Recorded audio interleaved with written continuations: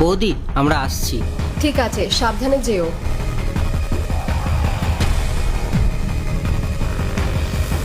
রাহুল, রাহুল!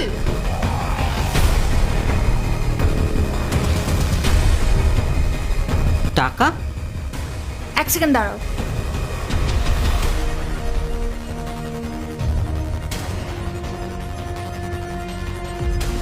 আসো আসো আসো, দেখো তোমার ভাই কি করছে।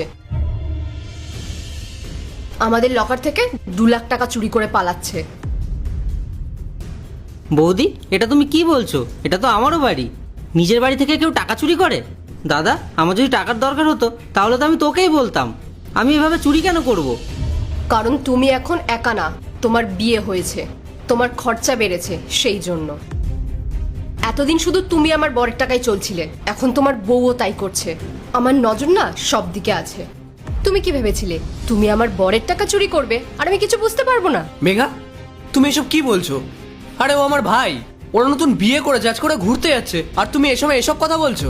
ওর যদি টাকার দরকার হয় তাহলে তো আমাকে বলবে, চুরি করবে কেন? তোমার এই অন্ধবিশ্বাসের জন্য ও আজ মাথায় চড়ে বসেছে। কি যে কাজ করে কিছুই বুঝি না, যা স্যালারি পায় কিছুই চোখে দেখা যায় না। ওরা শুধু সবসময় তোমার কাছে টাকা চায়, এটা লাগবে ওটা লাগবে। আরে তুমি তো ওদেরকে ঘুরতে যাওয়ার জন্য টাকা দিয়েছিলে, সেই টাকাতে কি ওদের হবে না? আবার তোমার থেকে 2 লাখ টাকা চুরি করতে হলো ওদের। মেঘা, আমি তো ওদেরকে টাকা দিয়েছিলাম, তাহলে ওরা টাকা কেন চুরি করবে? বৌদি তুমি কেন এসব কথা বলছো? তোমার স্নেহাকে নিয়ে প্রবলেম আমি জানি, কিন্তু তোমার আমাকে নিয়ে কি প্রবলেম? আমি এখনো পর্যন্ত 1 টাকাও চুরি করিনি, আর তুমি বলছো আমি 2 লাখ টাকা চুরি করেছি। দাদা তুই অন্তত বিশ্বাস কর, আমি তো তোর নিজের ভাই। আমি কেন এমন করব বল? আমার টাকার দরকার হলে তো তুই আমাকে না চাইতেই দিয়ে দিস। ঘুরতে যাওয়ার জন্য আমি 1 লাখ টাকা চেয়েছিলাম, তুই আমাকে 1.5 লাখ টাকা দিয়েছিস। তাহলে এসব করার কি দরকার বল? একদম চুপ করো।